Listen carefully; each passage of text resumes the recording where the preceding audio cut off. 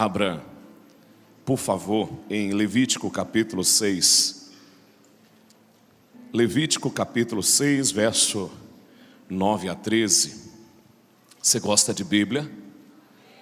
Amém. Aqui a gente abre a Bíblia e prega a Bíblia.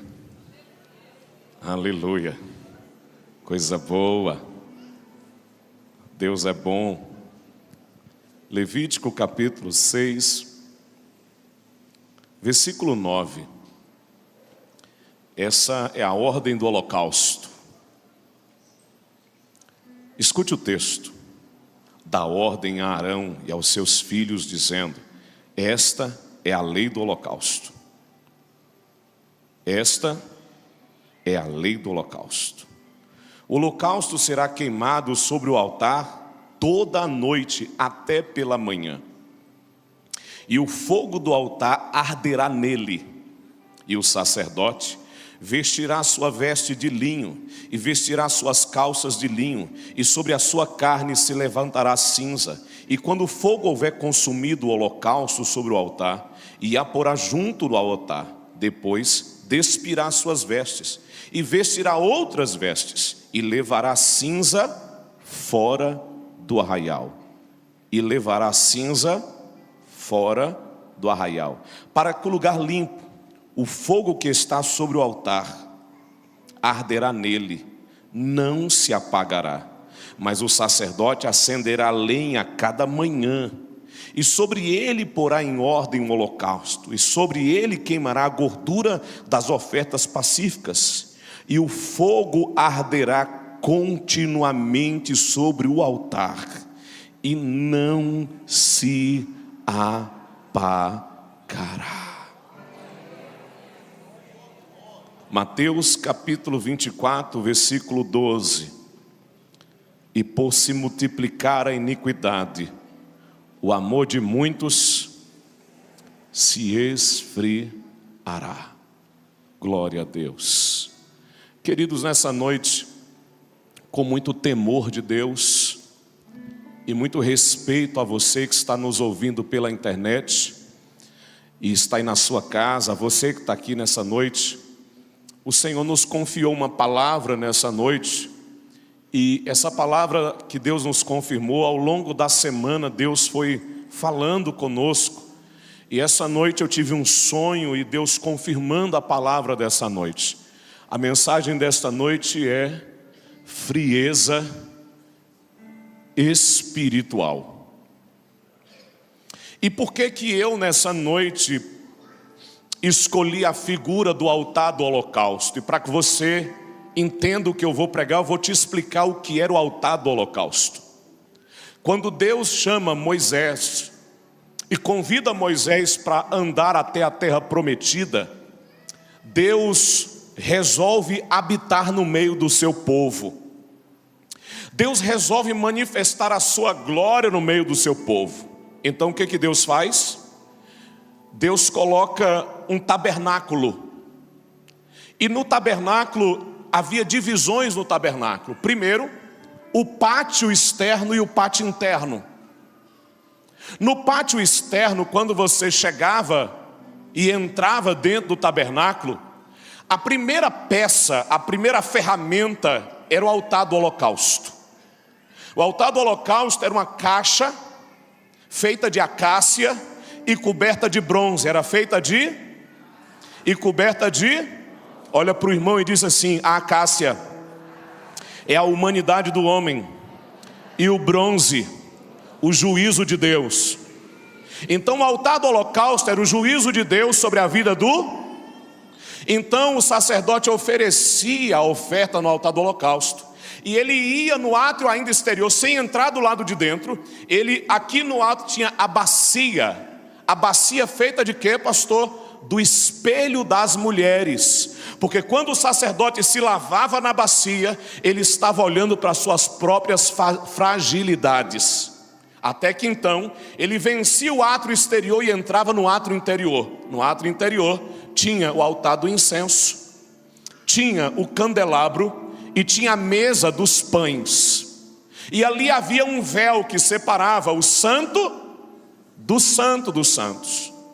Uma vez ao ano, o sumo sacerdote adentrava além do véu, e cá no Santo dos Santos havia a Arca da Aliança, onde Deus manifestava a sua glória.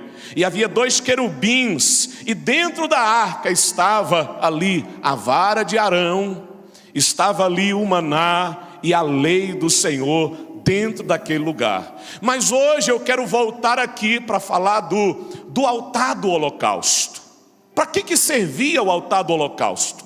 Quando alguém pecava, quando alguém errava, quando alguém falhava, se ele fosse um pobre, se ele não tivesse recurso, se ele não tivesse dinheiro, ele pegava umas pombinhas. Aí os irmãos podem pegar e tirar esse frieza espiritual e botar minha cara bem grande aqui, na filmagem. Aí eu vou pedir para vocês pegar o som do teclado e abaixar um pouquinho, porque eu não preciso muito ouvir o som do teclado. A igreja que precisa, para mim ficar ouvindo minha voz, tá? É só para esses ajustezinhos para a gente seguir aqui, porque eu vou pregar 1 hora, para a gente ficar caprichado e alinhado, tá bom? Ajeita isso aí para mim. Top? Beleza. Então a gente tem aqui o altar do holocausto. Dentro desse altar do holocausto, se a pessoa não tivesse condição financeira, ele pegava uma pombinha e ele levava até o sumo sacerdote. Se ele tivesse condição financeira, ele pegava novilha, ele pegava um bezerro, ele pegava um carneiro e ele levava até o sumo sacerdote. Quando ele chegava ali no sumo sacerdote, ele botava a mão em cima do animal. Quando ele botava a mão em cima do animal, sabe o que ele estava dizendo? Eu estou transferindo a minha culpa e o meu pecado para esse animal. Quando esse animal morrer ali, ele está morrendo no meu lugar, porque quem devia morrer era eu, porque eu que pequei. Então todos os dias tinha que botar fogo no altar. Por quê? Todos os dias o povo pecava. Todo dia o povo errava. Então todo dia, imagina 3 milhões de pessoas oferecendo sacrifícios no altar do holocausto. O fogo tinha que ficar aceso. Então alguém botava a mão, confessava o pecado, e aí o sacerdote, depois que matava o animal, queimava aquele animal no altar. O fogo tinha que arder todos os dias, o fogo tinha que queimar todos os dias sobre aquele altar. Por quê? Todos os dias havia oferta. Todo dia tinha gente entregando a sua oferta para receber perdão sobre os seus pecados. O interessante é que esse fogo não acendia sozinho. O interessante é que esse fogo não pegava sozinho. O sacerdote tinha que levantar todas as manhãs, limpar a cinza do altar. Diga comigo, limpar a cinza do altar. Você não entendeu, diga comigo, limpar a cinza do altar. Botar lenha nova. Não, diga comigo, botar lenha nova. E acender o fogo. Dessa maneira, a ordem de Deus era: o fogo arderá continuamente sobre o altar e não... Meu Deus do céu. Sabe, a palavra dessa noite é porque esse altar do holocausto ali é a minha vida e a sua vida. Diga comigo, o altar sou eu. O sacrifício sou eu. Todos os dias. Todos os dias. O altar sou eu. E o sacrifício sou eu. E o fogo precisa arder na minha vida. A chama precisa estar acesa na minha vida todos os dias. E a gente não pode deixar a chama apagar do altar. Então dá uma olhadinha para o irmão do seu lado me ajudando a pregar. Diga para ele assim: você não pode deixar a chama apagar no altar da sua vida. Olha para o irmão e fala assim: deixa queimar, deixa arder, deixa pegar fogo. Eita.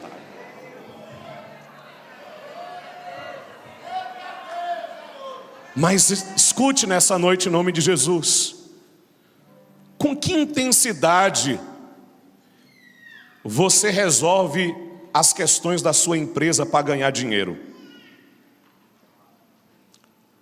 Se eu disser para você assim, você que é um homem de negócio, tem um negócio para fechar ali, você vai? Olha, tem uma oportunidade para ganhar dinheiro ali agora, você vai? E se eu disser para você que você precisa vestir uma roupa, tomar um banho, se arrumar bonitinho, porque a gente vai conversar com um homem de negócio, você vai chegar no horário?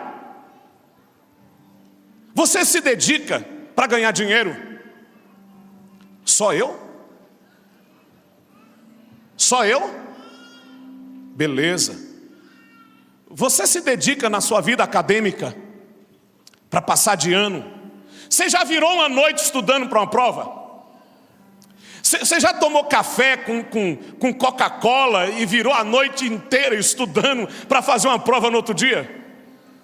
Ô, meu irmão, vou lhe falar, quando eu morava em Tapetinga, eu botava a garrafa de coca, a garrafa de café, virava a noite estudando, estudava até 5 horas da manhã, 5 horas da manhã, saí de Tapetinga para vir fazer uma prova em Conquista. Meu Deus do céu! A gente quer passar de ano e a gente se esforça. Jesus amado. A gente quer ganhar dinheiro, quer fechar negócio, a gente se esforça. Você já viu o esforço de um rapaz para ganhar uma namorada? Jesus eterno. Irmão, para ganhar uma namorada a gente se esforça. Confessar para você que quando eu queria conquistar Rosana, não tinha carro, eu saía andando do Alto Marum, lá no Guarani, onde ela estava morando na época, e andando de 11, não via nem o tempo passar, porque quando a gente quer muito uma coisa, todo esforço é pouco. É ou não é? Mas eu preciso hoje trazer uma reflexão. Você que tem tanta disposição para ganhar dinheiro, você que tem tanto empenho para fechar a venda, você que tem tanta dedicação para conquistar o que você quer, a pergunta inevitável nessa noite é: você tem o mesmo empenho na sua vida espiritual?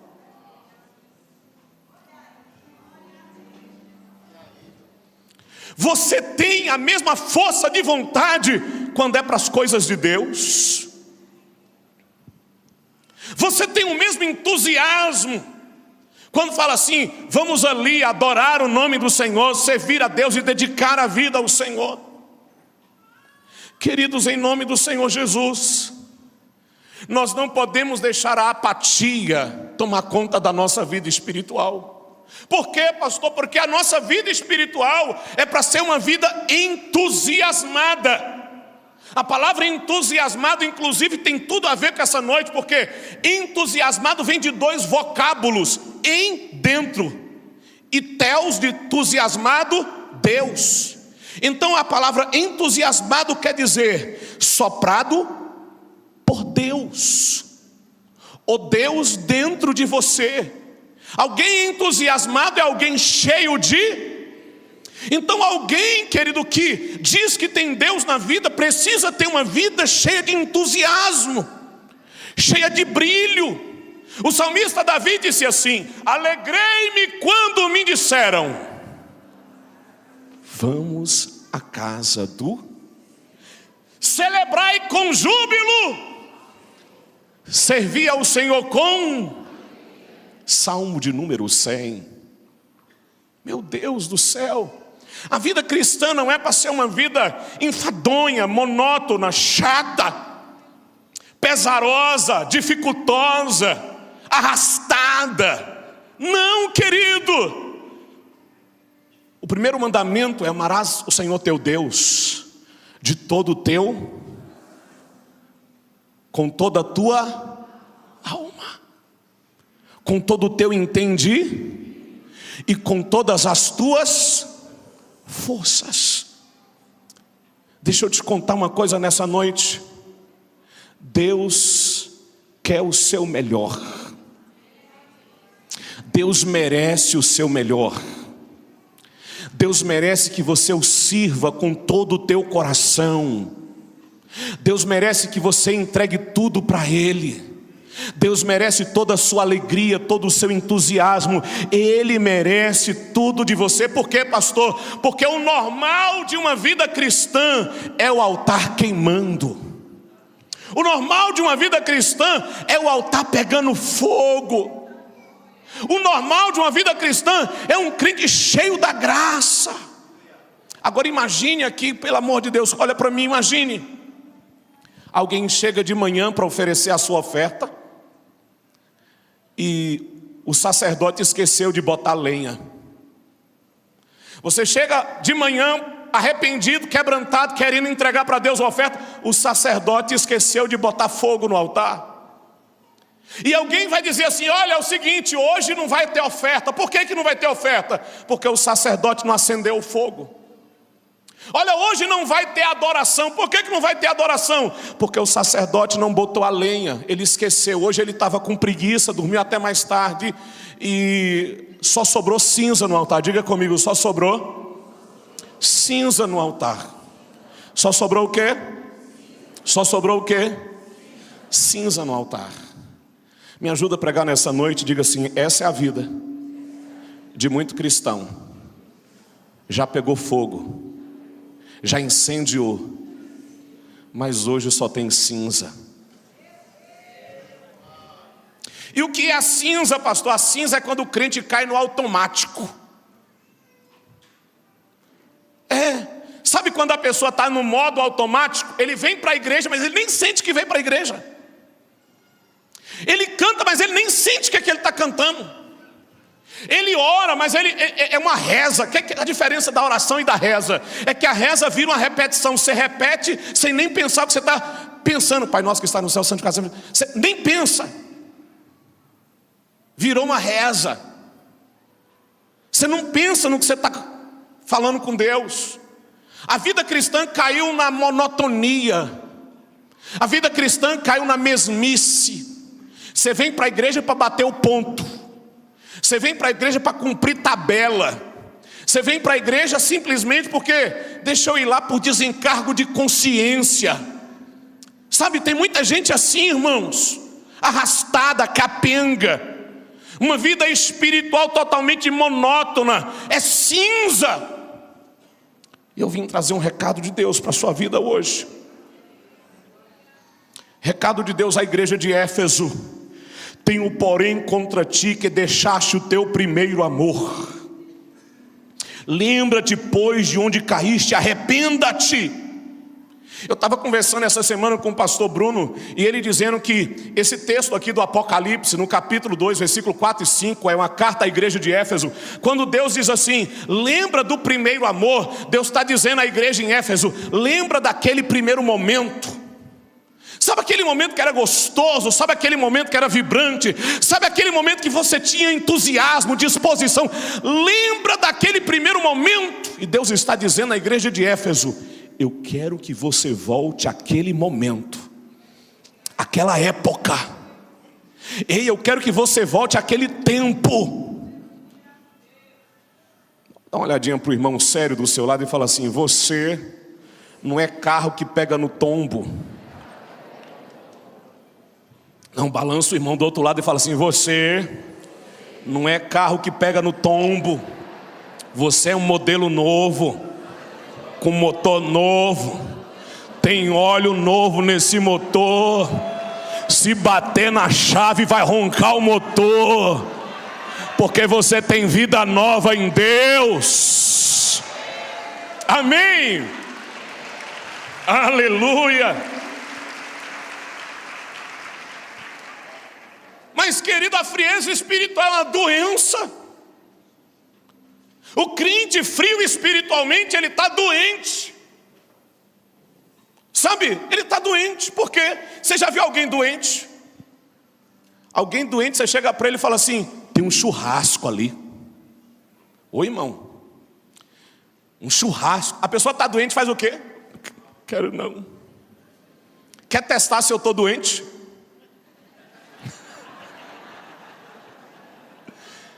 Se eu negar o churrasco, você pode falar: pastor, vai para o UTI. Mas o doente, querido, ele é assim. Olha, tem um bolo ali, né?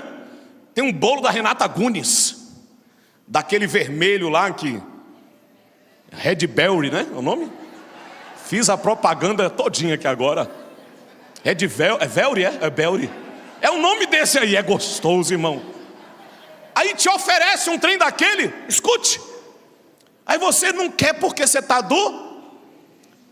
Tem uma Coca-Cola geladinha. Olha lá, ó, os cocólatras.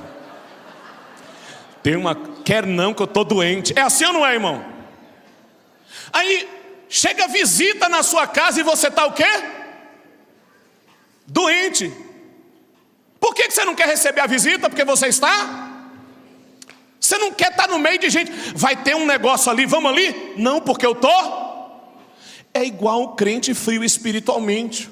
O crente frio espiritualmente, ele tem inapetência espiritual. Ele tem falta de apetite espiritual. O crente, quando ele está frio espiritualmente, ele tem preguiça de ouvir a palavra. Ele não tem apetite pela palavra, ele não tem sede pelo Espírito Santo. Ele também não tem apetite para estar no meio do povo de Deus. Você conversa com um crente que ele está frio espiritualmente, ele está um crente doente. Ele não bebe, ele não come e ele não quer estar no meio do povo.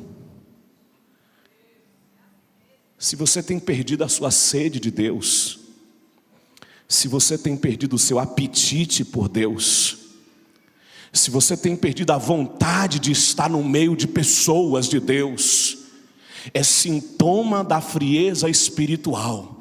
Cuidado, ela não pode tomar conta da sua vida. O problema é que pessoas que estão frias espiritualmente, elas deixam de viver momentos felizes na presença de Deus. Você lembra do irmão mais velho do filho pródigo? Lembra dele? Ele chega atrasado e pergunta: o que está acontecendo aí? E alguém disse assim: seu pai está dando uma? Seu pai está dando uma? E o que acontece com ele? Ele fica triste. Por que ele fica triste? Porque está tendo uma festa na casa do... Quem é o pai? É Deus. Mas aquele irmão está descontextualizado com a festa. Querido, tem muito crente que está assim. Deus está fazendo coisas maravilhosas, mas ele está do lado de fora. Sabe qual é a palavra de Deus para a sua vida? Ele quer te ver na festa. Deus quer te ver na presença dele. Mas quando o crente está frio, ele perde a emoção. Ele não chora mais na presença de Deus. Ele não derrama mais as lágrimas. Ele não chora, ele também não se alegra mais na presença de Deus. Ele não vibra mais na presença de Deus. Por quê, pastor? Porque a frieza espiritual tomou conta da vida dele. Tem muita gente assim, queridos. Tem muita gente que perdeu a alegria da presença. Davi, quando pecou, disse assim: Deus, torna a dar-me a alegria da salvação. Tem gente que parece que perdeu a alegria de ser salvo, perdeu o brilho nos olhos, sabe? Não tem mais emoção. E crente, quando está frio, ele não apenas não participa da alegria, mas ele começa a ter raiva da alegria. Você sabia disso? Quando Davi traz de volta a arca, lembra disso? Davi está trazendo de volta a arca. Davi começa a se alegrar na presença de Deus. Davi vira menino. E Davi tira a roupa de rei. E Davi começa a dançar. Por que Davi está dançando? Porque Davi está trazendo de volta a arca da aliança. O que era a arca da aliança? Aonde a presença de Deus habita. Então Davi está dançando, se alegrando. E Mical está onde? A esposa de Davi está onde? Mical está na janela. E o texto bíblico vai dizer assim: e Mical, vendo Davi se alegrar, desprezou Davi no seu... Você sabia que tem muita gente assim? Ele não apenas não participa da alegria espiritual, mas ele tem raiva de quem está se alegrando na presença de Deus. Ele se incomoda com glória a Deus. Ele se incomoda com aleluia. Ele se incomoda quando alguém levanta a mão. Ele se incomoda quando alguém dá um grito na igreja. Se alguém dá um grito agora lá no moto que está acontecendo ali, é normal. Se alguém chegar no campo de futebol, rasgar a roupa, está normal. Se alguém chegar no show lá secular e gritar é normal. Mas quando a gente chega na igreja, que a gente joga a mão para cima e diz: vamos adorar,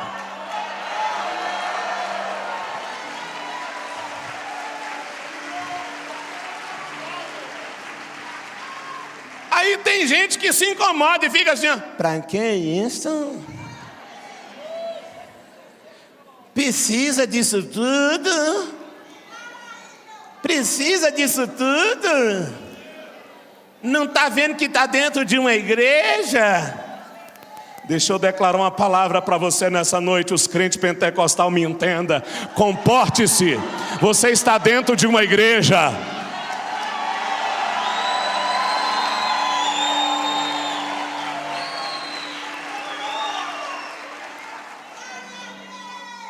Esses dias eu estava vendo, queridos, um show secular de um rapaz, de um jovem, e as mães esperando na fila 4 dias. 4 dias na fila, dormindo na fila, acampada na fila para a filha assistir o show do cidadão cheio de droga. Prostituto, estava lá. E as mães na fila, e entrevistar as meninas. Aí as meninas tremiam, falando o nome do rapaz. Oh meu Deus, a gente está aqui, e a gente ama ele, a gente beija ele, a gente quer tocar nele.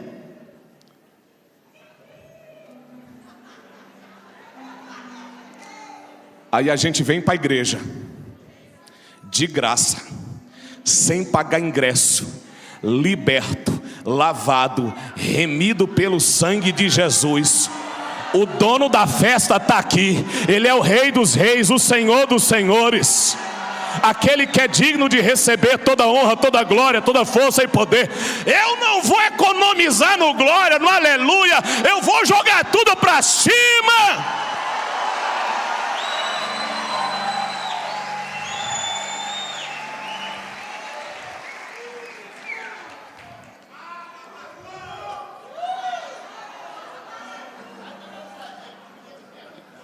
E se você está se incomodando com a alegria espiritual, cuidado. É sinal de frieza. Porque quando a pessoa está chateada, até o sorriso do outro incomoda.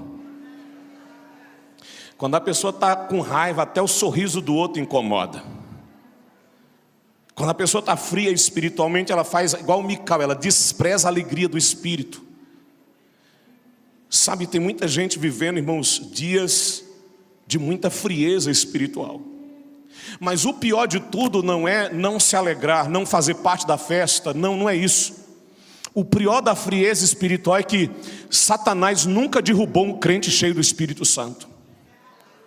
Guarde o que eu vou dizer nessa noite para você. O diabo nunca derrubou um crente cheio do Espírito Santo. Aí você vai dizer para mim, não pastor, reveja a sua fala. Eu conheço homens que eram cheios do Espírito Santo e caíram. Eu conheço mulheres cheias do Espírito Santo que caíram. Não. Primeiro, eles se esfriaram na fé. Depois, eles caíram.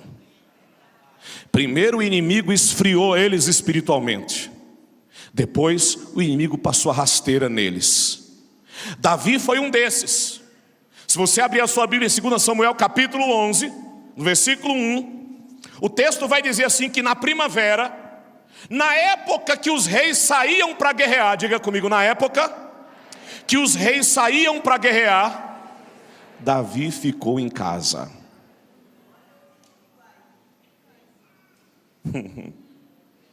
Davi mandou Joabe para a guerra. Davi mandou o exército para a guerra. O exército lutou e venceu em Rabá. Mas aí o versículo vai dizer, mas Davi ficou em Jerusalém. Uma tarde se levantou, diga comigo, Davi estava deitado. Depois de dormido um pouco, fala assim, Davi estava dormindo. Foi passear no terraço, fala comigo, estava disperso. Porque quem não está no calor da batalha, quem não está no calor do enfrentamento da batalha, está acomodado, deitado, dormindo e disperso. Por que Davi caiu, pastor? Porque Davi não estava no calor da batalha. Onde é que Davi estava? Deitado, dormindo e disperso. Aí ele vê Betseba, bonitona, tomando banho nua. Quem é aquela mulher? É a mulher de Urias. Traz ela aqui que eu quero falar com ela. E o melhor rei, o maior rei de Israel. Davi era poeta, profeta, rei. Davi cantava, tocava, dançava. Davi era uma pessoa, irmãos, cheia de dons. O homem segundo o coração é o maior título da Bíblia, o que Deus deu para Davi. O homem segundo o coração de... Mas o homem segundo o coração de Deus não estava no campo de batalha. Onde é que ele estava? Em casa, deitado, dormindo e disperso. E quando ele está aí disperso, frio espiritualmente, o inimigo botou uma Betseba na vida dele. E Davi caiu. Foi a pior queda que um homem pode ter na Bíblia. A casa de Davi arruinou. A família de Davi nunca mais foi a mesma. O reino de Israel nunca mais foi o mesmo. Por quê, pastor Henrique? Porque um homem que queimava em Deus como Davi. Gente, Davi expulsava o demônio de Saul tocando a harpa. Quando Saul endemoniava, alguém dizia: chame alguém para expulsar o demônio do rei Saul. E alguém dizia: tem um menino aí que ele toca uma harpa. Aí Saul perguntava: que menino é esse? E respondia: esse menino, Deus é com ele. E de repente aquele menino cheio de Deus cai em adultério. Por que ele cai em adultério, pastor? Porque em vez dele estar no calor da batalha, ele estava na frieza da sua cama. Pelo amor de Deus, me ajuda a pregar nessa noite. Olha para o irmão e fala assim: frieza espiritual derruba gigantes de Deus. Ei, não se fie na sua competência, na sua responsabilidade. Não se fie na sua história. Quem deixa de estar no campo da batalha lutando, está correndo um risco da frieza. Aonde é que é o lugar do crente? Aonde é que é o lugar do crente?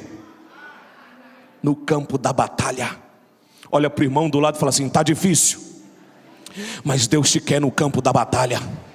Fala para o irmão assim: está difícil, mas Deus te quer com a espada desembainhada. Está difícil, mas Deus te quer olhando para a cara do inimigo. Não era à toa que os crentes assembleianos já cantavam: na batalha contra o mal, segue em marcha triunfal, que a vitória te conduz, oh, não deixa ser valente. Ei, lindão, em nome de Jesus, filho, volta para o campo de batalha. Ah, pastor, eu estou cansado. Vou tirar umas férias de Deus. Vou tirar uma folga da minha vida espiritual. Oh, pastor, eu estou no sabático com Deus. Quando você começa a esfriar espiritualmente, as coisas começam a travar na sua vida. Porque o segredo da sua vitória está cheio do Espírito Santo. O segredo da sua vitória está cheio de Deus. Pastor, por que a minha vida nada vai para frente? Porque você está frio. Se você se aquecer, as coisas começam a se destravar na sua vida. O reino de Deus começa a fluir na sua vida. Deixa eu te falar uma coisa, filho. Vamos voltar para o altar do holocausto? Lá no altar do holocausto não tinha fogo. Quando não tinha fogo, tinha o quê? Cinza. Olha para a pessoa do lado e fala assim: a cinza é a memória do fogo de ontem. O que a cinza queria dizer? Já teve fogo aqui um dia, hoje não tem? Então diga comigo: crente frio vive de passado.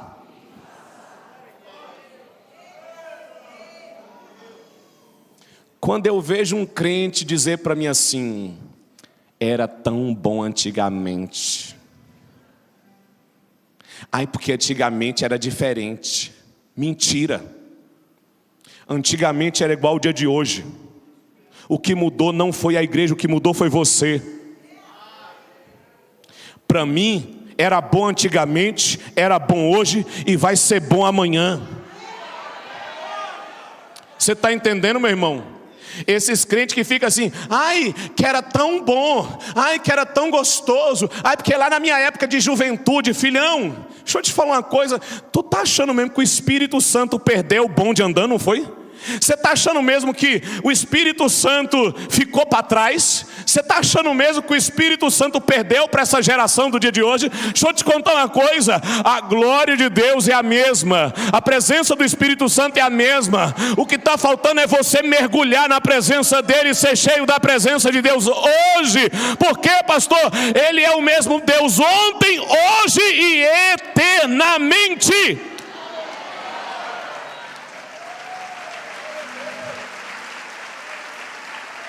Para de viver preso no passado, filha.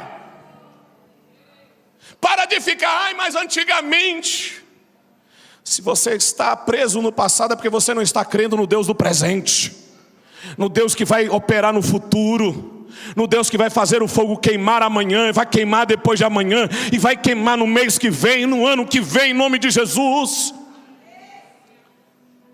Deixa eu falar uma coisa para você, filhão: você não pode viver de cinzas, de glória do passado. Ah, eu já fui um crente. Tem gente que tem um currículo, né? Eu já fui obreiro, eu já fui pastor, eu já fui diácono, eu já fui. Ué, já acabou a carreira, foi? Jesus vai te levar. Já foi tudo que tu tinha para ser? Ei, filhão, nós precisamos ser igual Josué e Caleb. Josué e Caleb chegou com 80 anos na terra prometida. Aí o Caleb chega para Josué com 80 anos: me dá lá aquela terra lá nos montes, aonde estão os inimigos de Deus. Eu tenho a mesma disposição de quando eu tinha 18 anos. Eu tenho o mesmo entusiasmo de quando eu tinha 18 anos. Caleb tinha 80, mas a sua alma era de 18. Você pode estar velho por fora, mas por dentro tem que ter alma de menino. Seu corpo pode estar cansado, mas a sua alma está renovada em Deus. Querido, você não pode deixar o tempo vencer você. O tempo não pode roubar a sua alegria, o seu entusiasmo. O fogo precisa arder no teu altar constantemente. Mas pastor, por que tem muita gente esfriando espiritualmente, pastor? Por que tem muita gente caindo nessa frieza espiritual? Entenda que ninguém esfria espiritualmente da noite para o dia. Ninguém deixa de vir para a igreja da noite para o dia. É igual casamento. Casamento não acaba da noite para o dia. Ou de repente o casamento acabou. Não foi assim. O casamento foi acabando. É igual vida cristã. Ai, de repente, como é que pode? Fulano estava aqui, de repente saiu da igreja. Filhão, ninguém sai da igreja da noite para o dia. Ele já estava fora há muito tempo. As pessoas, elas vão se esfriando. Por quê? Diga comigo: o sacerdote acordava todas as manhãs e botava lenha e fogo no...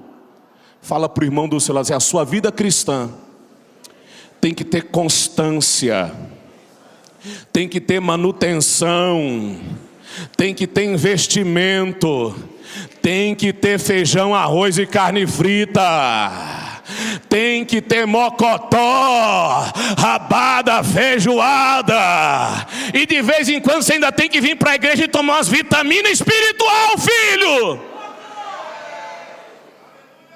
Você precisa dar manutenção na sua fé. Você precisa investir na sua vida espiritual. Você tem que se dedicar todo dia. Lenha, fogo, todo dia assopra, cuida do fogo, não deixa o fogo apagar. Você tem que zelar da chama de Deus na sua vida. Você tem que tomar conta. Você é sacerdote da sua própria chama.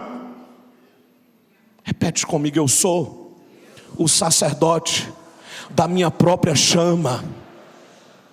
Chegar lá em cima: olha Deus, eu deixei apagar, foi culpa do pastor, viu? pastor é ocupado. Aí Deus vai falar, aquele pastor, viu? Não, filho, a responsabilidade é sua. Ô pastor, o fogo apagou porque o irmão me decepcionou. Eu me chateei com o irmão fulano. Aí depois que eu me decepcionei com a irmã fulana, eu perdi o fogo. Tu queimava era por causa da irmã fulana ou por causa que Jesus morreu na cruz por você? Sua paixão era por Jesus ou pelo irmão fulano que lhe decepcionou? Querido, podem aprontar o que quiser comigo, a minha paixão é por Jesus. Podem fazer o que quiser comigo, o meu foco é Cristo, o meu alvo é Cristo. Você não está aqui por causa do homem, você está aqui por causa dele. E você não pode, querido, sair, se esfriar por causa de pessoas. Você precisa todos os dias levantar, investir na sua vida espiritual. A pergunta nessa noite é, alguém aqui trouxe graveto? Trouxe lenha hoje? Pergunta para quem está do teu lado, tem lenha aí? Tem lenha aí? Não, balance ele, fala assim, você trouxe lenha hoje? Ou você só veio assistir o culto? Ou você só é telespectador? Ou você só veio ver uma programação?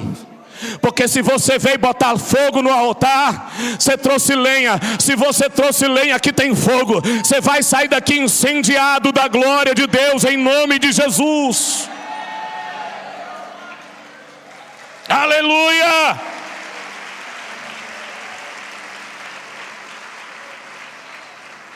Escuta, essa palavra é muito importante.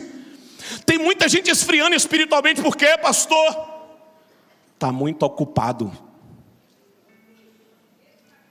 Está muito ocupado. Eu vou contar porque está dentro da mensagem. Nós estivemos na Inglaterra. E o pastor que estava lá na Inglaterra falou assim, pastor, os crentes chegam na Inglaterra e esfriam espiritualmente. Por quê, pastor? Porque as pessoas não vão para a Inglaterra para servir a Deus, elas vão para ganhar dinheiro. Ninguém se muda para a Inglaterra e fala assim, eu vou ter uma vida espiritual na Inglaterra. Não, elas vão para lá para ganhar dinheiro. E no ganhar dinheiro, o que é que elas fazem? Elas começam a se ocupar no trabalho. Trabalha de manhã, de tarde, de noite. Um brasileiro lá trabalha até 18 horas. E aí de repente aquele crente que era cheio da graça, cheio do fogo, cheio da presença, ele começa o quê? Se esfriar. Aí a gente viajou para os Estados Unidos. Qual o problema da América? A mesma coisa. Mesma coisa.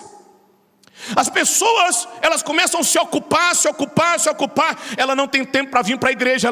Aliás, ela está tão cansada do trabalho da semana que ela até domingo ela está cansada para vir para a igreja. Olha para o irmão e fala assim, você é um crente das antigas? Fala para ele, você lembra da expressão amassando barro para Faraó? Você lembra dessa expressão?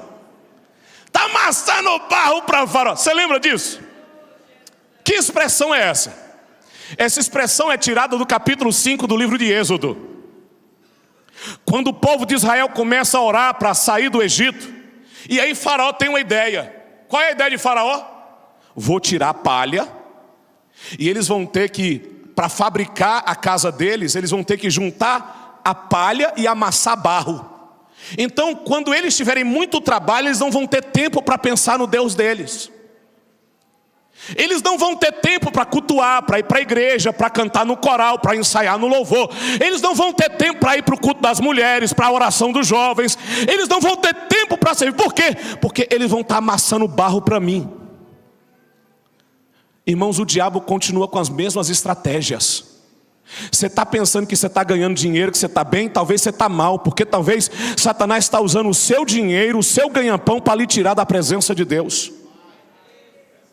Você está muito ocupado, você não tem tempo para ler a Bíblia, você não tem tempo para orar, você não tem tempo para vir para a igreja, você está ocupado e a sua ocupação vai lhe tirando da presença de Deus e vai te esfriando.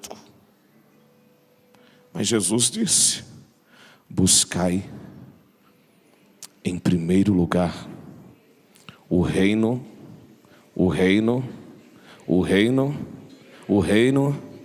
e todas as outras coisas lhe serão Dá um toquezinho, irmão, e fala assim: priorize o reino, e Deus vai te dar tudo o que você precisa. Priorize o reino, e Deus vai abrir todas as portas que precisam ser abertas. Priorize o reino, e Deus vai te dar medida recalcada, sacudida e transbordante. Não deixe o inimigo te ocupar demais, filho. Para de amassar barro para Faraó. É como se Deus ligasse para você: Henrique, está ocupado. Está ocupado. Aí Deus liga de novo. Deus está querendo falar com você: Henrique, está ocupado. Aí Deus liga de novo: Henrique, está ocupado. Deus está buscando um tempo para você atendê-lo.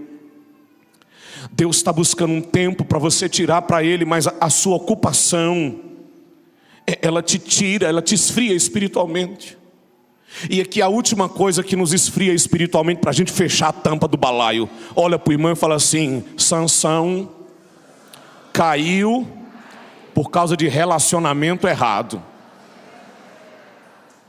Por quê, pastor?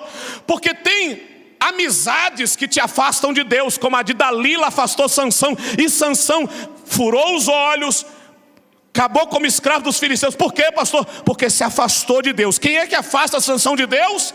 Dalila. Deixa eu entregar logo o recado todo, filho. O que tem de Dalila tirando Sansão de Deus, da presença dele, não está escrito, filho. Mas também tem uns Dalilo aí, viu, filha? Tu vigia na terra. Relacionamento que esfria você espiritualmente não é de Deus, já descarta. Ele não é o homem de Deus para a sua vida. Ela não é a mulher de Deus para a sua vida.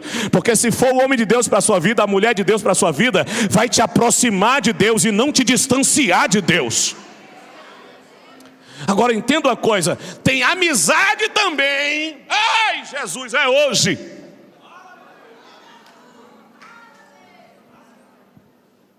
Deus não quer que você tenha inimigos. Não, a gente é amigo de todo mundo.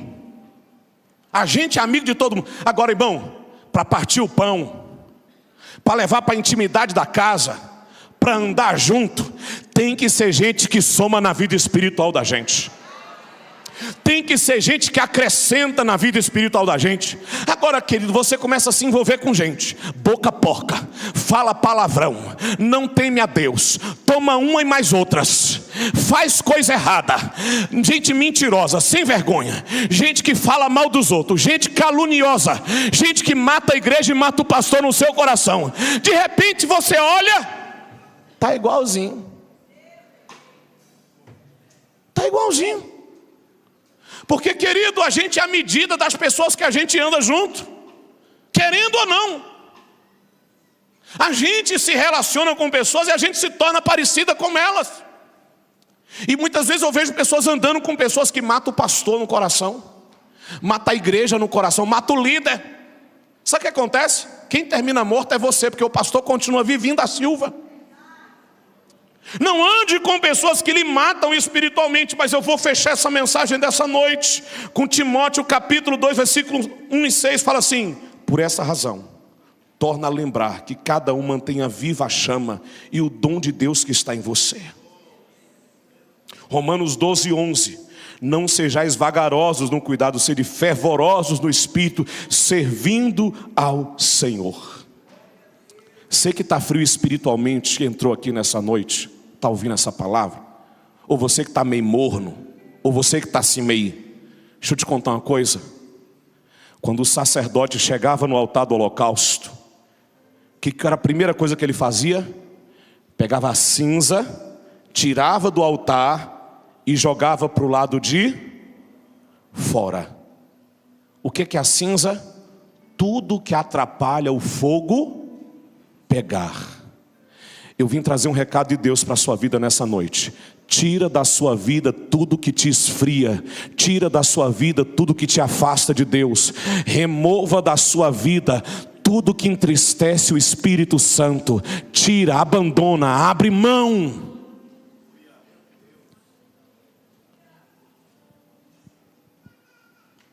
Aquele que não perder a sua vida, não ganhá-la. Aquele que não tomar a sua cruz, aquele que não renunciar à sua própria vida. Queridão, se tem alguma coisa atrapalhando a sua vida com Deus, tira. Se o teu olho te fizer pecar, arranca. Se tua mão te fizer, arranca. Não é arrancar literalmente, eu vou ficar cego de um olho, não. O que Deus está dizendo é o seguinte: se alguma coisa está fazendo você se distanciar de Deus, tira da sua vida. Tem algum relacionamento te distanciando de Deus? Se afasta. Tem alguma prática sua que está lhe esfriando espiritualmente? Deixa de fazer. Diga comigo: remover as cinzas da minha vida, porque o fogo vai pegar. O fogo vai pegar. A alegria vai voltar. A chama vai arder. O entusiasmo vai voltar. Ai, Senhor, eu quero isso em nome de Jesus. Você precisa remover as cinzas da sua vida. Você precisa colocar lenha nesse altar. Você precisa botar fogo nesse altar. Você precisa investir nesse altar. Investir em comunhão com Deus. E eu finalizo nessa noite dizendo para você o seguinte: nós precisamos de um avivamento. O altar precisa estar pegando fogo. Mas a gente está querendo um avivamento coletivo. Aviva, Senhor, a tua igreja. Aviva, Deus, a tua obra.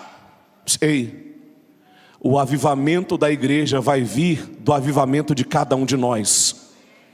Então, se você puder botar a mão no seu peito e falar: Deus, começa comigo o avivamento. Diga comigo assim: a partir de mim, a partir da minha vida, aviva a tua obra. Incendeia a tua igreja. Renova teu povo. Não espera do irmão, não espera a irmã, não espera o pastor, não espera o louvor. Não, querido, é você. Deus começa comigo. Eu quero uma vida nova, eu quero uma vida vibrante, eu quero uma vida entusiasmada, eu quero uma vida feliz. Eu quero um evangelho cheio de poder e de alegria. Eu quero um evangelho feliz. Nessa noite Deus me tira do automático. Saia de uma vida cristã no modo automático. Você não é robô para viver no modo automático. Saia da mesmice, do marasmo. Volte a ser como uma criança. Se não vos tornardes como uma criança, vocês não entrarão no reino dos céus. Querida, a gente precisa voltar a ser criança. Tem crente aí muito velho, crítico. Uns crentes críticos. Sabe aqueles velhos rabugentos? Que tem uns idosos, gente, irmão, que aqui, graças a Deus, aqui não tem esse problema. Os idosos daqui é tudo gente boa, sorriso fácil. Mas tem uns idosos que parece que quanto mais tempo passa, mais carrancudo fica. Aqueles idosos, sabe, que parece aqueles maracujá de gaveta. A cara assim mungada. Tem uns crentes, querido, que parece que ele vem para a igreja e ele fica igual o maracujá de gaveta. Ranzinza, cara fechada, serão, murmurando. O louvor está ruim. Esse louvor de hoje não foi bom não. Essa igreja escura, para que isso? Né? Essas luzes apagadas. Esse som dessa igreja.